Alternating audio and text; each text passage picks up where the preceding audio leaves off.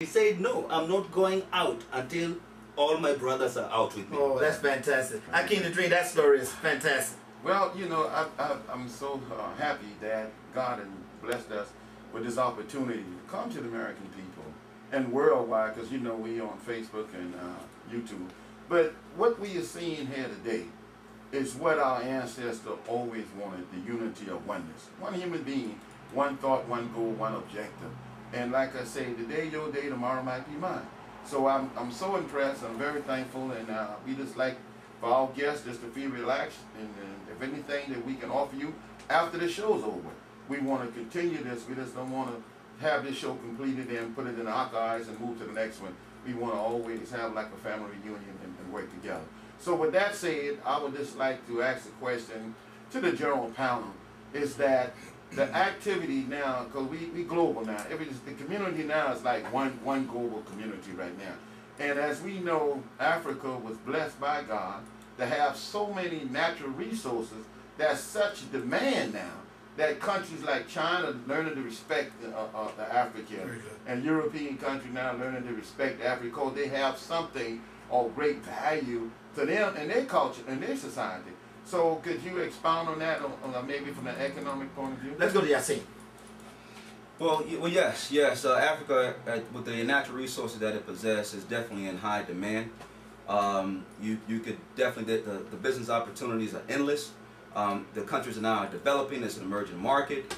So it definitely exposed Africa to the larger market and to many businessmen and women who want to utilize those resources and do business. But we can't just take from Africa, we also have to give back to Africa.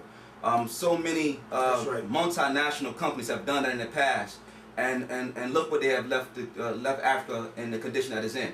So in our mission in doing business with Africa, not only we do the imports and exports, but we also give back. We want to give textbooks back. We want to provide material for doctors to have, and so they can to work on their patients.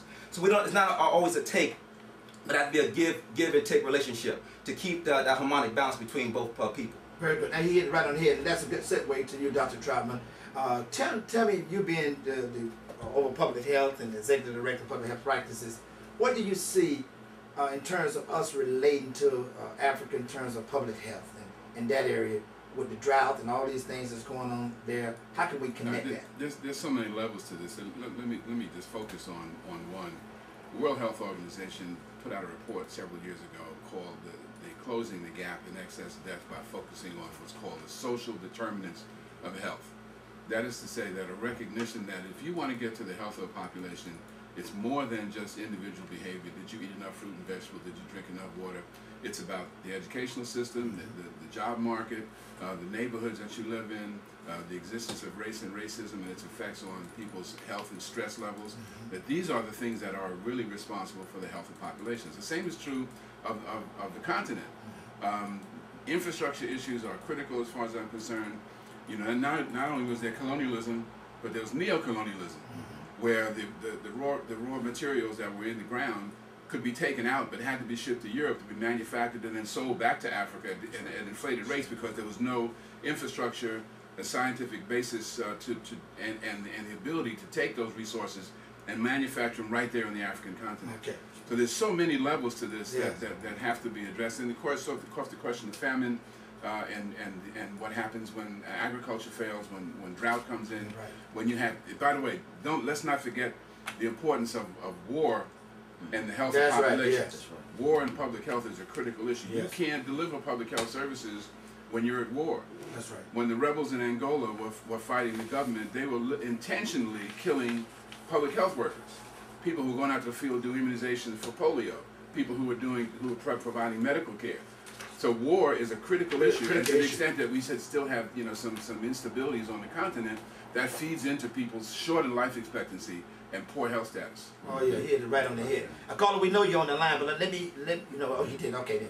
Well, I'm glad you hit it right on the head. The conversations are going right the way I want it to be going. And let's go now to Dr. Barack Abani.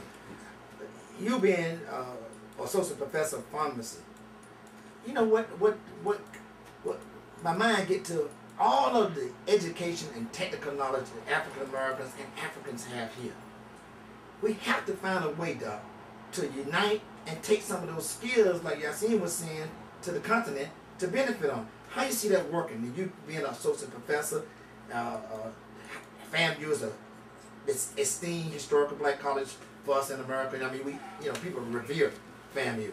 How can we start a process of getting some of that educated class, Africans and African Americans, to start doing something back home? Well, before I answer that question, I just wanted to again readdress. I hope I don't take much of your time. No. Do what you got to do.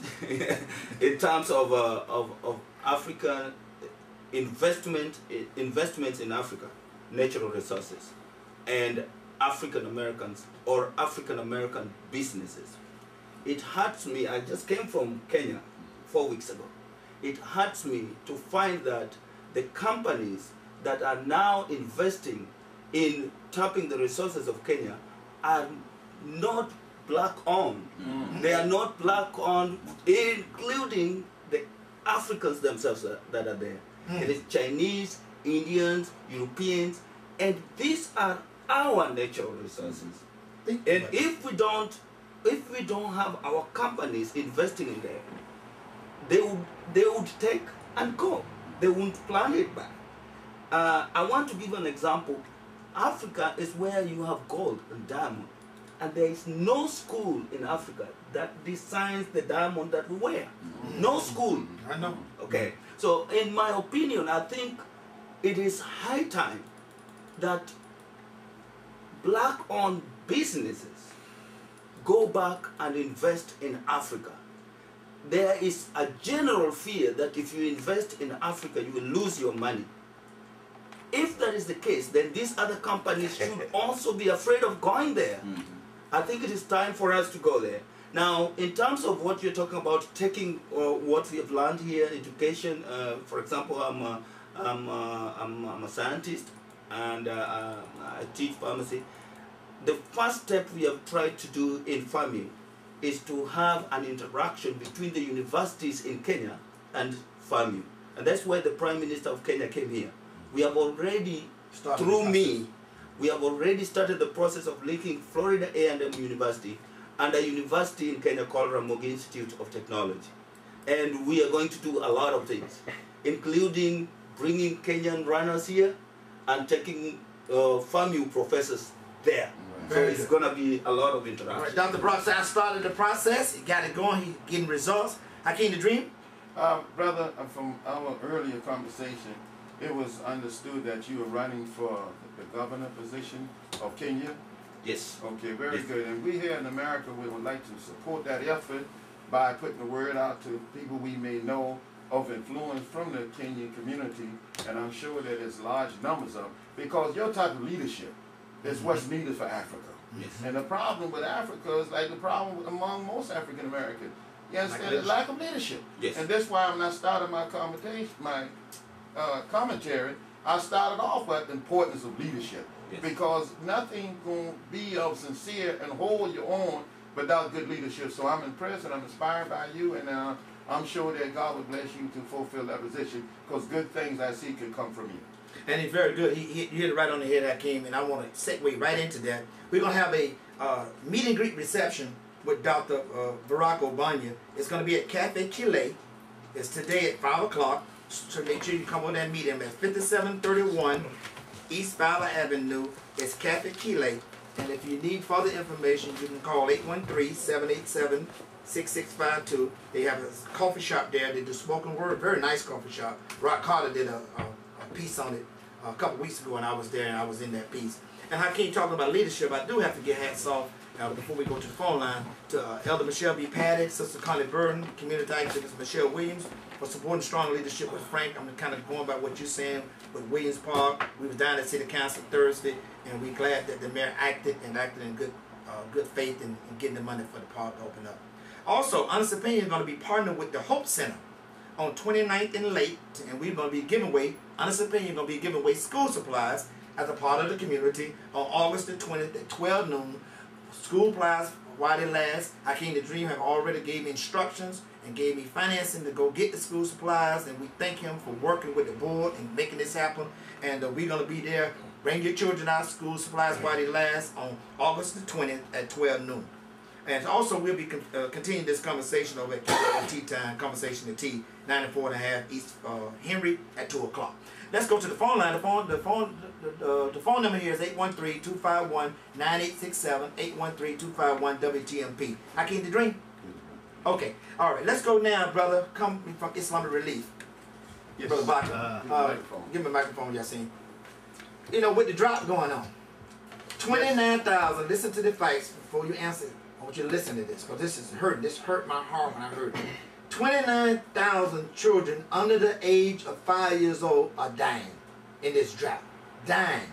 Can't get food, and it's purported by the Western media that Al-Shabaab, some Al-Qaeda group, keeping the relief effort from happening. Any truth to that? And how can we, as African Americans, we as Africans who living in America, how can we assist you in helping Islamic Relief help our people? Yes, thank you for. You gotta get right in that microphone. Thank you for allowing me to be here today to speak on behalf of those who are in need in Africa, especially in East Africa. As you mentioned, my name is Belqasim Al-Nahi. I work for the Islamic Relief, which is one of the largest Muslim NGOs in the world. We work all over 40 states. We have worked in Africa for a long time, and we are still working there in East Africa, especially in East Africa and West Africa. Myself, I was traveling in West Africa. I saw the misery, level of misery you cannot imagine there, especially in Mali and Chad and Niger. But what happened now in East Africa is this is the first time in the history of this area that this happened. When you have, they say between 20 and 25,000, kids dying. This is what we know. But maybe there are more. But every morning, when they open their eyes in Somalia, there are between 10 and 17,000 human dying. Now tell me, brother, and those stats are deplorable. Those are kith and kin. That touches my heart. And I want to know now, brother, if we can get some unity together, can you make sure, brother, that Islamic Relief can help our people? Yes, we are there to help. We are here to inform. This is our duty. And you got people on the ground right now. And we have people in the ground in Kenya, in the camp. There is thousands and thousands and thousands of Somali there. Okay. All right. Waiting for you. If you want more information. No, we want you to give that information out, but we want you to give it toward the end because we want to continue the conversation. Yes. But we're glad that you came. We definitely want to get involved in that because when I heard that, there was a heartbreaking thing. I want to go back now to Dr. Barack Obama. I'm glad you talked about those opportunities. Give me some specific economic opportunities. Me as an entrepreneur, my nephew Yassine as an entrepreneur, what kind of specific economic opportunities for us? You say all them people doing business. We want to do business with Africa. Me and him, we got something on the ground now. Tell us what they need. What kind of products and services they need. What kind of technical knowledge they need. What kind of skills and education they need. Give us a little laundry list. Yassine, get your pen and paper and write it down. We rolling. I'm ready. All right. All right. I'm going, because my brother here already explained that I'm running for Kisumu state as a governor.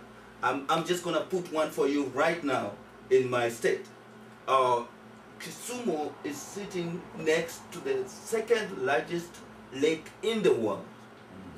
In the world, Lake Victoria.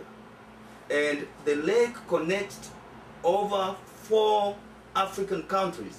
Tanzania, Uganda, Burundi, Rwanda area, all those are within the lake. Do you know there is no transport across the lake? If you have to go to Tanzania, you have to go around. It's almost an 18-hour or 24-hour drive. Oh. Somewhere you can go within 2 hours through the lake. Now that is a business that is open. Right. If there is a business that want to do business with Kenya right now, put a ferry, put something, boats there, and you will make money. You will make your good money almost immediately because nobody wants to go around there for 18 hours. But go ahead, Dream. Well, all the Buccaneers football players, basketball players, people with some serious money that your career might be coming too short after your game time is over.